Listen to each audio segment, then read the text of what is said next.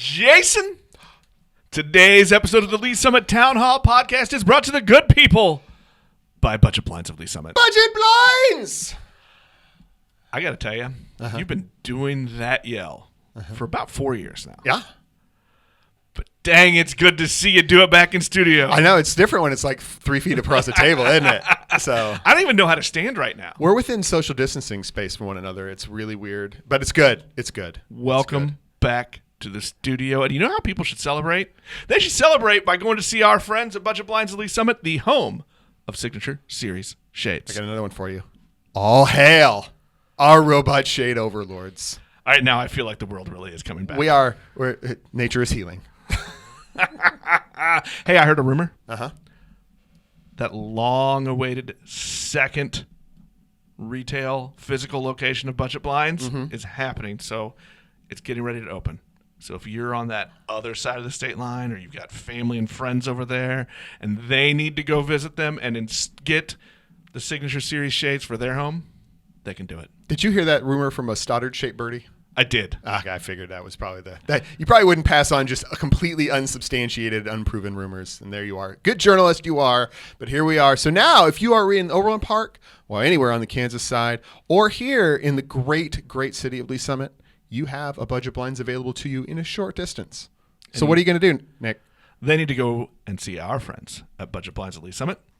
Tell them Jason and Nick sent you.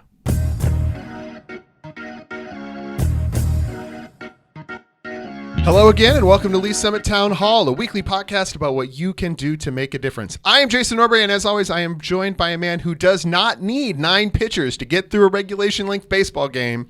It is Nick Parker, the publisher of Link to Lee Summit. I know I'm supposed to usually follow up with your joke. But you don't get it here?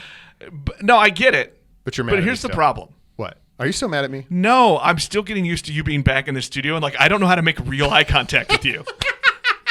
Well, here's I'm not looking at you through a screen, and so actually having you here is freaking me out. It is a little weird, but we are back together, back in person, back in the studio, as the good Lord intended. All hail the studio and our lovely Robot Shade sponsors. But we are back together. Yeah. So I went to a baseball game. I watched a apparently team record for the Detroit Tigers. 9 pitchers pitch a 9-inning game. Because apparently they didn't believe in the lead they had. And it's like, I'm not going to get in. I got to be the guest of a big corporate sponsor and have really nice seats and all that. But that was the most interminable game that I have been to in very, very many years. Well, it was awful. My jealousy of your seats was tempered by the fact that our team was getting shelled. Right. And it took 7 hours because you had to watch 9 pitchers. We got shelled. We left 13 runners on base. The other team used 9 pitchers. It took forever. It's that old joke, it's like it's horrible food and such small portions. It's that sort of same thing. It was like an awful game, but it was so long. Anyway, publisher, Link to Lee Summit, the source for all the news you need about this very fine city. And our unofficial sponsor today, I'm going to get a little moment here of serious, is mental health services and taking care of your mental health. There's been, my wife lost a friend to suicide this last week. And I want you to know, look, the pandemic is over-ish, or at least we're coming out of it in a lot of ways. And there's a lot of people that are vaccinated, what have you. That does not mean that we are not still struggling with the pandemic, the changes, the aftermath, all of those things. Or any of the myriad of other mental health issues that are out there. And we have talked repeatedly over the years to mental health professionals about how to deal with it. We've had our good friend Carrie Gray on a bunch of times to talk about it. Maybe we're due to do that again. It's how to make that adjustment back to real life sort of thing. I think Carrie needs to come back. And if you are struggling, go get help. Call somebody. Get something as soon as possible. Don't wait. It's too important, and we would miss you if you're gone. So don't. Just get the thing. And that's all I got to say on that. I don't want to get any more details. But, man, just it's still struggling. I'm struggling. I know. I mean, Nick, you just mentioned it's weird being in the same room with someone, and this eye contact thing is weird and all that. And that's the littlest, kindest, first worldish problems that we could possibly have. But yet there it is. It's this whole thing is we had this huge adjustment out of sort of normal life into the pandemic life. And now we're starting to make our adjustments back in. And that stuff it's not easy, even if it's we welcome it and we want to do it. If you need help, man, get help. Do it and don't hesitate. There's nothing to add there, man. So there you go. That was the most serious unofficial sponsor we've ever had. but necessary. I think that's one thing where I'm proud of that we have done over the years, is that we try to keep that subject at the forefront. As long as I'm achieving my goal of creating extra work for Nick after every episode, this is the first one. Put the note down. We need to call Carrie Gray. We need to get her back on. She's our podcast therapist. She's going to come on and help us. I think we're due for another Carrie visit. Hey, Jason, a lot of times we talk about what's going on at City Hall, on the dais there for the City Council. We're going to shift gears a little bit. We're going to go back, and we're going to talk today some goings-on over at the Stansbury Leadership Center and the Lee Summit R7 School. There's just a little catch-up, I think. And one of them, the first thing we're going to talk about, Jason, and you wanted to bring this up, but I think it's really, we're going to bring it up because I think it is a call to action for you and I. I think what we're learning is maybe, Jason, we need to go find some people, and we need to help get a real and meaningful conversation going to try to dig in on some stuff. Right. And so I will say this. I think that what I wanted to focus on, and I don't want to get into the sort of the meat of the subject matter itself, because I don't think either you or I are really qualified to cover. We've talked a lot about equity and diversity, equity, inclusion, the district's equity plan. We know a lot about that, but we're not experts on the subject of diversity and managing and dealing with that and educating on that and all those things. We're good at asking of the questions. Right. But we don't know enough to get there. But we're not the right ones to answer. So I will say this. The latest, anti-equity plan talking point that what raised its head at the public comments at the school board meeting last night. I think it's fair to say that it's not that it just raised its head, but it came up. It's been coming up for a while. It's been coming up but this is like one of the first opportunities the public has had to actually speak in public comments at the school board meetings. Public comments in person at the school board meeting, and the people came. And so there was a lot of commentary on critical race theory and all that, and it was all used as a commentary to express displeasure with the continuing equity work that the equity plan is doing in the district. And that's all I want to get into on that part. My issue here is the comments violated Godwin's law, for goodness sake. And for those of you who are not familiar with Godwin's law, it's basically the concept that any time a conversation raises Hitler, you've lost, right? It's beyond the point. And someone literally from the dais last night not from the dais, or not from the dais, but from the podium for public comments, compared the district's equity plan to the Holocaust. And and at the point at which we've reached that, you have lost. You're not going to move a single like a single wavering vote. You're not going to engage in any kind of a public conversation that is. You are not moving hearts and minds. You're not moving hearts and minds. You're not even really at that point engaging in a discussion. You are just screaming at people, and they are almost certainly going to stop listening. So I'm going to say, people, if you have concerns about these things, number one, you need to go through and understand what critical race theory is before you say it is or isn't being taught, or how it's being taught in our district. Number two, maybe lay off the Hitler stuff just a little bit. It'd be a good idea, or actually 100% lay off that.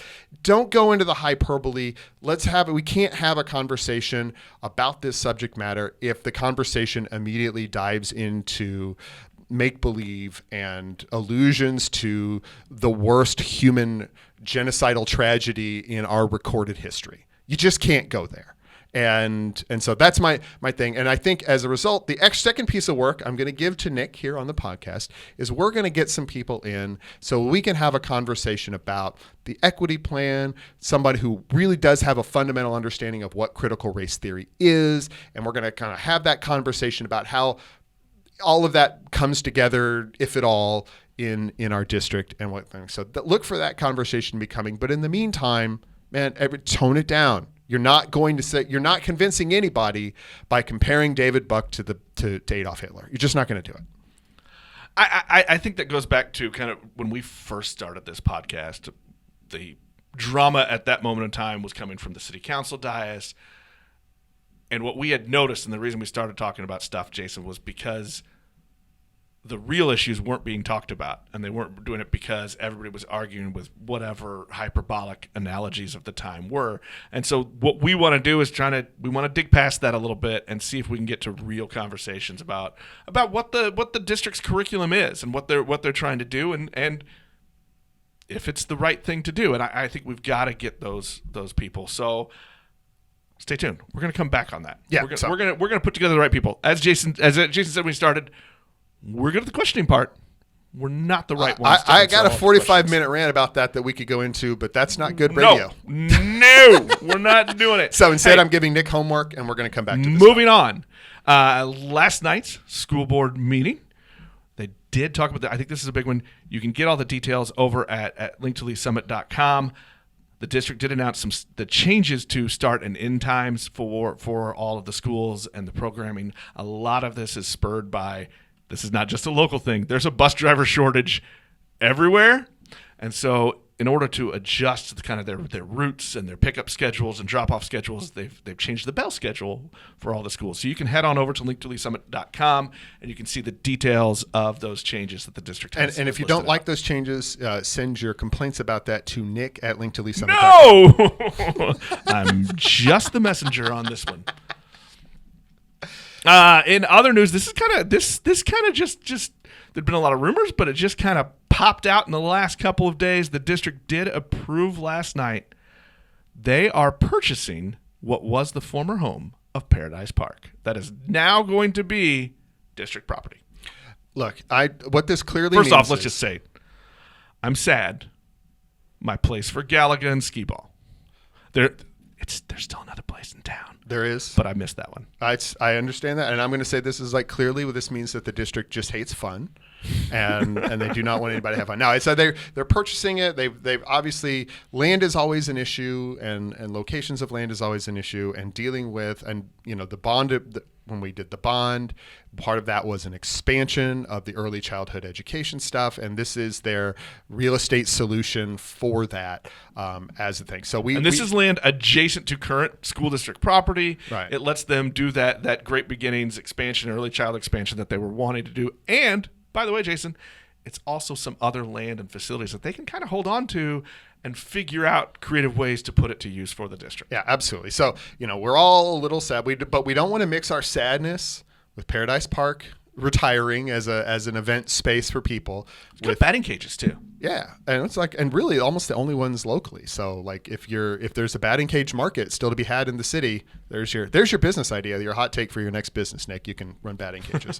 And then in addition to that, but can go there and deal with those sorts of things. But don't mix that up with what the district is trying to do. My guess is, given the sale price and some other things of that nature, compared to what the county appraisal is for the property, that the Paradise Park may have been on its way out anyway in the medium term. So this probably just accelerated that a little bit. But don't get those confused. You can be sad about Paradise Park, but glad that the district is doing something to fulfill its bond promise to get more space for early childhood education. And I think in the information that the district put out before that bond vote, which overwhelmingly passed, there was a huge need to expand their early childhood education. This is going to help get that done. Yeah. So, that's just to keep those in mind. You got to separate those two pieces a little bit so you don't get mad at the district for killing fun, my jokes aside, and we can go from there. So, and if the kids look out the window from that place, they'll know where the library is, because the Colburn Road library improvement has finished, and they, on brand, have the 8-foot tall library sign across there, so they will never mistake where the library is. So, as the daddest joke available is, every time I drive by either of the two branches that have had that branding on their building, I do ask anyone in my car, especially if the kids are there, hey, does anybody know where the library is? That's the only dad joke my son will participate in. Wow, well, then you need to beat it to death so he stops liking it. Exactly. Speaking of dad jokes and dad time, Jason, this weekend, it's Father's Day. It is. It's Father's Day. So here's my question to you. For Father's Day meal, do you prefer to cook it or do you want it made for you? Man, I'm torn on this. I think my view is shifting a little bit. It used to be that I was very excited about cooking the meal, especially if I could put something that took like many, many hours on the smoker. And then I had to supervise, and I'm going to use the air quotes there, supervise the cooking, and giving me an excuse to do essentially nothing all day long except for supervise the cooking of the meat. But I found that, you know what? Like, I'm not even sure I want to do that. Like, Mother's Day, Mom doesn't cook, right? Like, at all. She's like befitted and deservedly. Like, well, let's not deny the. But as I have aged and matured, especially now that my kids are way more capable of like being in the kitchen and doing stuff, honestly, I kind of want everybody to do that for me. Now, I have a different issue now because I have a scouting family. And my son is on staff down at Bartle Scout Camp all summer. And Sunday, which is Father's Day, is Visitor's Day. And but even though he is down there working, we have to go down, or we don't have to, but we do go down there on the Visitor's Day to see him, replenish his snacks and supplies, and do the things like that. Most importantly, replenish his snacks. Yeah, and feed him a meal. Like hopefully take him to a meal that is not camp food. Right. And so that he has that working and a brief reprieve. So like for years now, my Sundays on Father's Day have often been go to camp, go down to Bartle, get in the car, drive the hour and a half to 2 hours, be down there for a while. And so my Father's Day gets a little bit and all that whole process. But it is what it is. And so I'm hoping maybe that when I get home from camp that I'll just, even if honestly, if they just order out from a place that I want to order out from, maybe some, let's to be on brand here, some tacos, be brought into the house. I'm happy with that at that point. So now, I'm a little different because in my house, I'm pretty much the cook. Right.